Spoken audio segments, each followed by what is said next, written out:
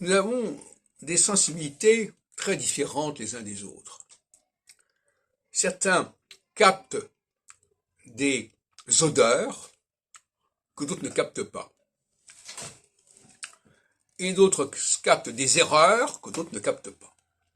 Alors, j'aime bien cette comparaison entre les odeurs et les erreurs. Parce que chacun peut comprendre ainsi comment fonctionne l'autre. Celui qui capte les odeurs, tout de suite il dit, tiens, il y a une odeur déplaisante, une odeur suspecte. Très bien. Mais est-ce qu'il va capter aussi bien les erreurs? Les erreurs qui sont véhiculées dans les textes, dans les traditions, etc. Pas du tout certain. Un chien capte des odeurs, il ne va pas capter des erreurs.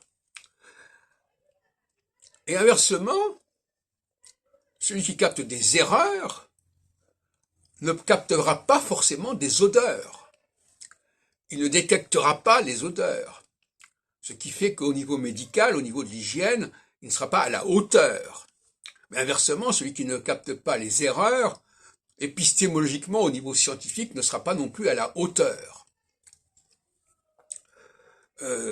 Par ailleurs, la question de savoir comment nous réagissons par rapport à tout cela. Ça, c'est un véritable problème. Est-ce que lorsque l'on capte des odeurs, il faut le signaler par un geste comme ça, par exemple, se mettre un truc comme ça en public pour montrer qu'il y a une mauvaise odeur? Bon, c'est peut-être une réaction excessive. De la même façon, s'il y a des erreurs, est-ce qu'il faut les signaler? S'il y a des propos malvenus, est-ce qu'il faut les signaler et de quelle façon le faire?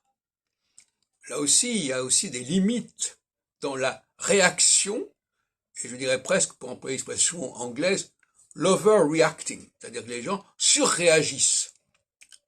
En tout cas, je constate que cette pratique qui consiste à